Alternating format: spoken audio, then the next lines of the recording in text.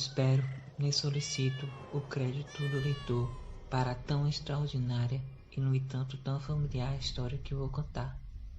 Louco seria esperá-lo, no caso cuja evidência até os meus próprios sentidos se recusam a aceitar.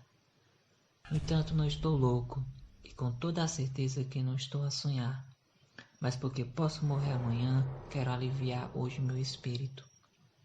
O meu fim imediato é mostrar ao mundo, simples, sucintamente e sem comentários, uma série de meros acontecimentos domésticos. Nas suas consequências, estes acontecimentos aterrorizaram-me, torturaram-me, destruíram-me. No entanto, não procurarei esclarecê-los. O sentimento que em mim despertaram foi quase exclusivamente o de terror. A muitos outros parecerão menos terríveis do que extravagantes. Mais tarde, será possível que se encontre uma inteligência qualquer que reduza a minha fantasia a uma banalidade. Qualquer inteligência mais serena, mais lógica e muito menos excitável do que a minha encontrará tão somente nas circunstâncias que relato com terror uma série bastante normal de causas e efeitos. Já na minha infância, era notado pela docilidade e humanidade do meu caráter. Tão nobre era a ternura do meu coração que eu acabava por tornar-me um joguete dos meus companheiros. Tinha uma especial afeição pelos animais e os meus pais permitiam-me possuir uma grande variedade deles. Com eles, passava a maior parte do meu tempo e nunca me sentia tão feliz como quando lhes dava de comer e os acariciava. Esta faceta do meu caráter acentuou-se com os anos, e quanto homem, aí achava uma das minhas principais fontes de prazer. Quanto àqueles que já tiveram uma afeição por um cão fiel e sagaz, escusado será preocupar-me com explicar-lhes a natureza ou a intensidade da compensação que daí se pode tirar. No amor desinteressado de um animal, no sacrifício de si mesmo, alguma coisa há que vá direito ao coração de que tão frequentemente pude comprovar a amizade mesquinha e a frágil fidelidade do homem. Casei jovem e tive a felicidade de achar na minha mulher uma disposição de espírito que não era contrária à minha. Vendo meu gosto por animais domésticos, nunca perdia a oportunidade de me proporcionar alguns exemplares das espécies mais agradáveis. Tínhamos pássaros, peixes dourados, um lindo cão, coelhos, um macaquinho e um gato. Este último era um animal notavelmente forte e belo, completamente preto e excepcionalmente esperto. Quando falávamos da sua inteligência, a minha mulher, que não era de todo impermeável à superstição, fazia frequentes alusões à crença popular que considera todos os gatos pretos como feiticeiras disfarçadas. Não quero dizer que falasse deste assunto sempre a sério, e se me refiro agora a isto, não é por qualquer motivo especial, mas apenas porque me veio a ideia. Plutão, assim se chamava o gato, era meu amigo predileto e companheiro de brincadeiras. Só eu lhe dava de comer e seguia-me por toda a parte dentro de casa. Era até com dificuldade que conseguia impedir que me seguisse na rua. A nossa amizade durou assim vários anos, durante os quais o meu temperamento e o meu caráter sofreram uma alteração radical. Envergonho-me de o confessar, para pior, devido ao demônio da intemperança. De dia para dia, me tornava mais taciturno, mais irritável, mais indiferente ao sentimento dos outros. Permitia-me usar de uma linguagem brutal com minha mulher. Com o tempo, cheguei até a usar de violência. Evidentemente que os meus pobres animaizinhos sentiram a transformação do meu caráter. Não só os desprezava, como os tratava mal. Por Plutão, porém ainda nutria uma certa consideração que me não deixava maltratá-lo. Quanto aos outros, não tinha escrúpulos em maltratar os coelhos, o macaco e até o cão, quando por acaso ou por afeição se atravessavam no meu caminho. Mas a doença tomava conta de mim, pois que doença se assemelha à do álcool? E por fim, até o próprio Plutão, que estava a ficar velho e por consequência um tanto impertinente, até o próprio Plutão começou a sentir os efeitos do meu caráter perverso. Certa noite, ao regressar a casa completamente embriagado, de volta de um dos tugúrios da cidade, pareceu-me que o gato evitava a minha presença. Apanhei-o e ele, horrorizado com a violência do meu gesto, feriu-me ligeiramente na mão com os dentes. Uma fúria dos demônios imediatamente se apossou de mim. Não me reconhecia. Dizia que minha alma original se evolara do meu corpo num instante, e uma ruidade mais do que demoníaca, saturada de genebra, fazia estremecer cada uma das fibras do meu corpo. Tirei do bolso do colete um canivete, abri-o, agarrei o pobre animal pelos pescoços e deliberadamente arranquei-lhe um olho da órbita. Queima-me a vergonha e todo eu estremeço ao escrever esta abominável atrocidade. Quando com a manhã me voltou a razão, quando se dissiparam os vapores da minha noite de estúdio, experimentei-me um sentimento misto de horror e de remorso pelo crime que tinha cometido. Mas era um sentimento frágil e equívoco, e meu espírito continuava insensível. Voltei a mergulhar nos excessos e depressa afoguei-me no álcool toda a manhã. Me voltou a razão quando se dissiparam os vapores da minha noite de estúrdia. Experimentei um sentimento misto de horror e de remorso pelo crime que tinha cometido. Mas era um sentimento frágil e equívoco, e meu espírito continuava insensível. Voltei a mergulhar nos excessos e depressa afoguei no álcool toda a recordação do ato. Entretanto, o gato curou-se lentamente. A órbita, agora vazia, apresentava, na verdade, um aspecto horroroso, mas o animal não aparentava qualquer sofrimento. Vagueava pela casa como de costume, mas, como seria de esperar, fugia aterrorizado quando eu me aproximava. Porém, restava-me ainda o suficiente do meu velho coração para me sentir agravado por esta evidente antipatia da parte de um animal que outrora tanto gostara de mim. Em breve, esse sentimento deu lugar à irritação, e para minha queda final e irrevogável, o espírito da perversidade fez de seguida a sua aparição.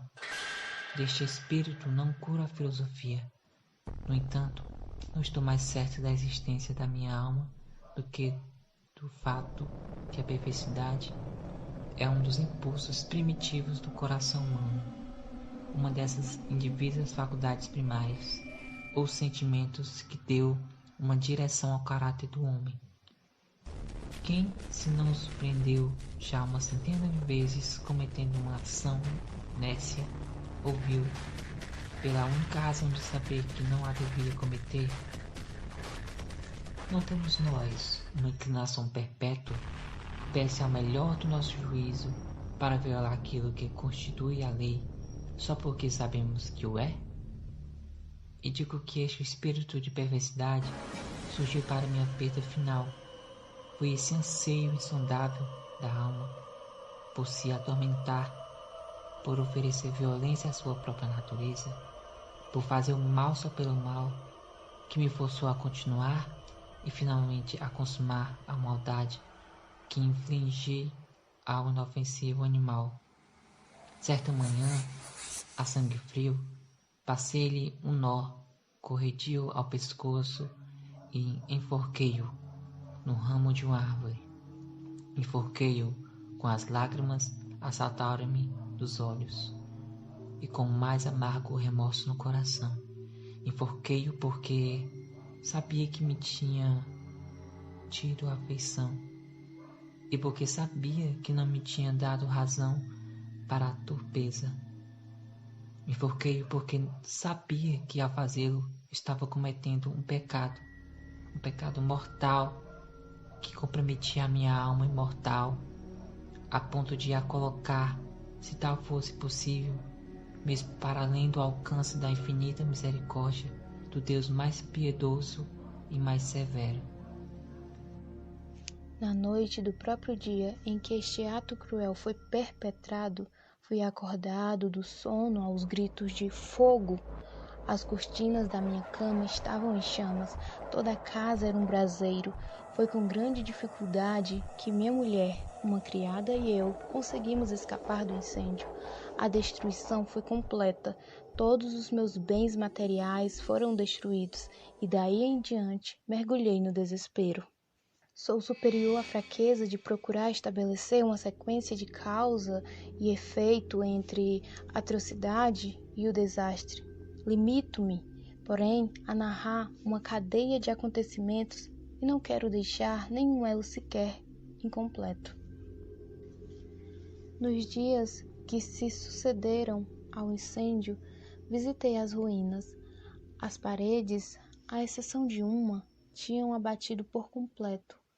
Esta exceção era constituída por um tambique interior, não muito espesso, que estava sensivelmente a meio da casa, e de encontro à qual antes ficava a cabeceira da minha cama. O reboco resistira em grande parte à ação do fogo, fato que atribuo a ter sido pouco antes restaurado. Próximo desta parede juntara-se uma densa multidão, e muitas pessoas pareciam estar a examinar certa zona em particular, com minúcia e grande atenção. A minha curiosidade foi despertada pelas palavras estranho, singular e outras expressões semelhantes. Aproximei-me e vi, como se fora gravado em baixo relevo, sobre a superfície branca, a figura de um gato gigantesco. A imagem estava desenhada com uma precisão realmente espantosa. Em volta do pescoço do animal estava uma corda. Mal vi a aparição, pois nem podia pensar que doutra coisa se tratasse. O meu assombro e o meu terror foram imensos. Por fim, a reflexão veio em meu auxílio. Lembrei-me que o gato fora enforcado num jardim junto à casa. Após o alarme de incêndio, o dito jardim fora imediatamente invadido pela multidão e por alguém que deve ter cortado a corda do gato e o deve ter lançado para dentro do meu quarto por uma janela aberta. Isto deve ter sido feito, provavelmente, com a intenção de me acordar. A queda das outras paredes tinha comprimido a vítima da minha crueldade na substância do reboco, recentemente aplicado e cuja cal, combinada com as chamas e o amoníaco do cadáver, tinha produzido a imagem tal como eu a via. Tendo assim satisfeito prontamente a minha razão, que não totalmente a minha consciência sobre o fato extraordinário atrás descrito, não deixou este, no entanto, de causar profunda impressão na minha imaginação. Durante meses não consegui libertar-me do fantasma do gato, e durante este período voltou-me ao espírito uma espécie de sentimento que parecia remorso, mas que não era.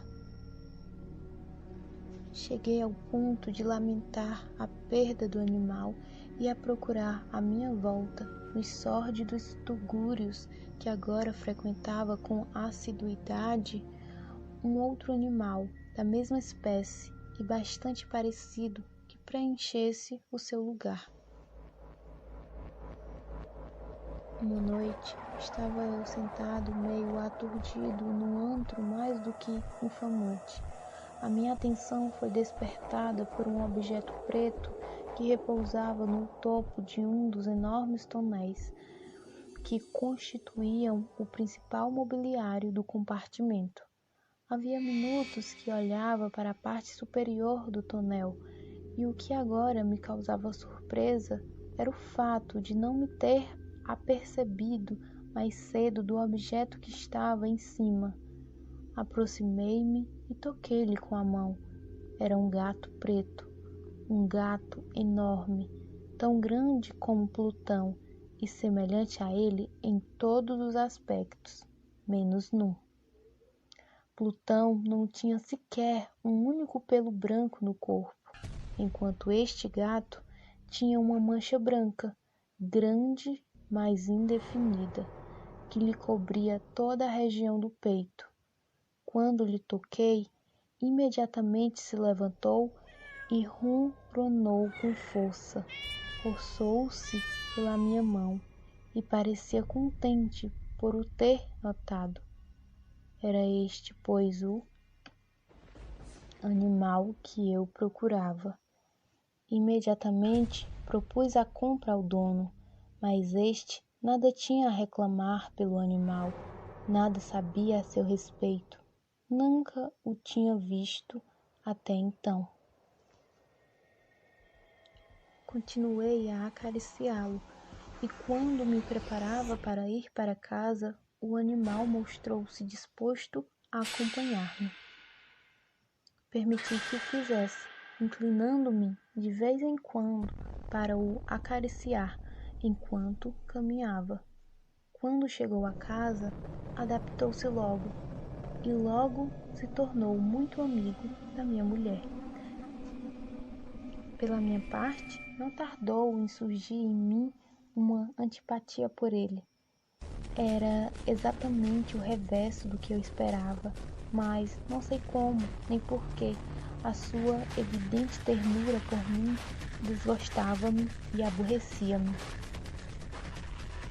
Lentamente e pouco a pouco, esses sentimentos de desgosto e de aborrecimento transformaram-se na amargura do ódio. Evitava o animal. Um certo sentimento de vergonha e a lembrança do meu anterior ato de crueldade impediram-me de o maltratar fisicamente. Abstive-me durante semanas de o maltratar ou exercer sobre ele qualquer violência, mas gradualmente, muito gradualmente, cheguei a nutrir por ele um horror indizível e a fugir silenciosamente da sua odiosa presença como do bafo da peste. O que aumentou, sem dúvida, o meu ódio pelo animal foi descobrir, na manhã do dia seguinte a tê-lo trazido para casa, que, tal como Plutão, tinha também sido privado de um dos seus olhos. Esta circunstância, contudo, despertou a afeição na minha mulher, que, como já disse, possuía em alto grau aquele sentimento de humanidade que fora em tempos característica minha e a fonte de muitos dos meus prazeres mais simples e mais puros. Com a minha aversão pelo gato, parecia crescer nele a sua preferência por mim. Seguia os meus passos com uma pertinácia que seria difícil fazer compreender ao leitor. Sempre que me sentava, enroscava-se debaixo da minha cadeira ou saltava-me para os joelhos, cobrindo-me com as suas repugnantes carícias. Se me levantava para caminhar, metia-se entre os meus pés e quase me fazia cair, ou ficando as suas garras compridas e agudas no meu roupão, trepava-me até ao peito. Em tais momentos, embora a minha vontade fosse matá-lo com uma pancada, era impedido de o fazer, em parte pela lembrança do meu crime anterior, mas principalmente, devo desde já confessá-lo, por um verdadeiro medo do animal. Este medo não era exatamente o receio de um mal físico. No entanto, é-me difícil defini-lo de outro modo. Quase me envergonhava admitir, sim, mesmo aqui nesta cela de malfeitor, eu me envergonho de admitir que o terror e o horror que o animal me infundia se viam acrescidos de uma das fantasias mais perfeitas que é possível conceber. Minha mulher tinha me chamado várias vezes a atenção para o aspecto da mancha de pelo branco de que já falei, e que era a única diferença aparente entre o estranho animal e aquele que eu tinha eliminado. Se há que esta marca, embora grande, era originalmente bastante indefinida, mas gradualmente por fases quase imperceptíveis e que durante muito tempo a minha razão lutou por rejeitar como fantasiosas. Assumira finalmente uma rigorosa nitidez de contornos. Era agora a imagem de um objeto que me repugna mencionar, e por isso eu o odiava e temia acima de tudo e ter-me visto livre do monstro se o ousasse. Era agora a imagem de uma coisa abominável e sinistra, a imagem da força, ó lúgubre e terrível máquina de horror e de crime, de agonia e de morte. Por essa altura, eu era na verdade um miserável maior do que toda a miséria humana. E um bruto animal cujo semelhante eu destruíra com desprezo, um bruto animal a comandar-me, a mim, um homem feito à imagem do Altíssimo, ó desventura insuportável. Ah, nem de dia, nem de noite, nunca, nunca mais conheci a bênção do repouso. Durante o dia o animal não me deixava um só momento, de noite a cada hora, quando despertava dos meus sonhos cheios de indefinível angústia, era para sentir o bafo quente daquela coisa sobre o meu rosto e o seu peso enorme, encarnação de um pesadelo que eu não tinha forças para afastar, pesando-me eternamente sobre o coração. Sob a pressão de tormentos como estes, os fracos resquícios do bem que haviam em mim desapareceram. Só os pensamentos pecaminosos me eram familiares, os mais sombrios e os mais infames dos pensamentos. A tristeza do meu temperamento aumentou até se tornar em ódio a tudo e a humanidade inteira. Entretanto, a minha dedicada mulher era a vítima mais usual e paciente das súbitas, frequentes e incontroláveis explosões de fúria a que então me abandonava cegamente. Um dia, acompanhou-me por qualquer afazer doméstico à cave do velho edifício onde a nossa pobreza nos forçava a habitar. O gato seguiu-me nas escadas íngremes e quase me derrubou, o que me exasperou até a loucura. Apoderei-me de um machado e, desvanecendo-se na fúria o receio infantil que até então tinha detido a minha mão, desferiu o golpe sobre o animal, que seria fatal se o tivesse atingido como eu queria. Mas o golpe foi sustido diabolicamente pela mão da minha mulher. Enraivecido pela sua intromissão, libertei o braço de sua mão e enterrei-lhe o machado no crânio. Caiu morta ali mesmo, sem um queixume. Consumado este horrível crime, entreguei-me de seguida com toda a determinação à tarefa de esconder o corpo. Sabia que não podia retirar da casa, quer de dia, quer de noite, sem correr o risco de ser visto pelos vizinhos. Meus projetos se atropelaram no meu cérebro. Em dado momento, cheguei a pensar em cortar o corpo em pequenos pedaços e destruí-los um a um pelo fogo. Noutro, decidi abrir uma cova no chão da cave. Depois pensei em deitá-lo no poço do jardim, ou metê-lo numa caixa como qualquer vulgar mercadoria, e arrancar um carregador para o tirar de casa. Por fim, detive-me sobre o que considerei a melhor solução de todas. Decidi emparedá-lo na cave, como, segundo as narrativas, faziam os monges da Idade Média às suas vítimas. A cave parecia convir perfeitamente aos meus intentos. As paredes não tinham sido feitas com os acabamentos de costume, e recentemente tinham sido todas rebocadas com uma argamassa grossa que a umidade ambiente não deixara endurecer. Além do mais, numa das paredes havia uma saliência causada por uma chaminé falsa ou por uma lareira que tinha sido entaipada para se assemelhar ao resto da cave. Não duvidei que me seria fácil retirar os tijolos nesse ponto, meter lá dentro o cadáver e tornar-se a pôr a taipa como antes, de modo que ninguém pudesse lobrigar a qualquer sinal suspeito. Não me enganei dos meus cálculos. Com o auxílio de um pé de cabra, retirei facilmente os tijolos e, depois de colocar cuidadosamente o corpo de encontro à parede interior, mantive-o naquela posição ao mesmo tempo que, com certo trabalho, devolvia à estrutura o seu aspecto primitivo. Usando de toda a precaução, procurei argamassa, areia e fibras com que preparei um reboco que não se distinguisse do antigo, e com maior cuidado cobri os tijolos. Quando terminei, vi com satisfação que tudo estava certo.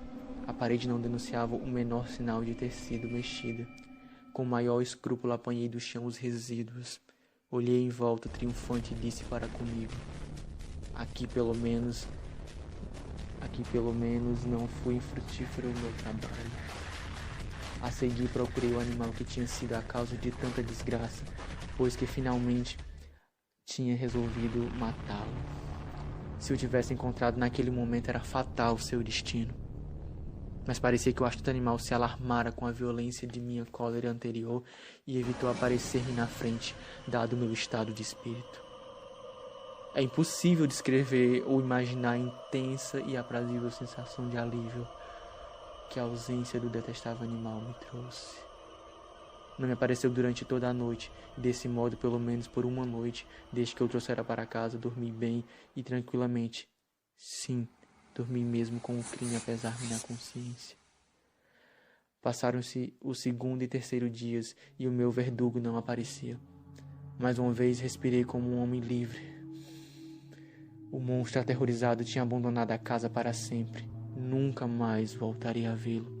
Suprema felicidade a minha. A culpa da ação tenebrosa inquietava-me pouco. Fizeram-se alguns interrogatórios que colheram respostas satisfatórias.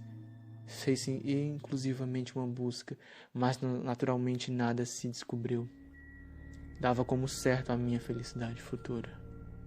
No quarto dia após o crime, surgiu inesperadamente em minha casa um grupo de agentes da polícia que procederam a uma rigorosa busca. Eu, porém, confiado na impenetrabilidade do esconderijo, não sentia qualquer embaraço. Os agentes quiseram que eu os acompanhasse na sua busca. Não o deixaram o mínimo escaninho por investigar. Por fim, pela terceira ou quarta vez, desceram a cave. Nenhum músculo me tremeu.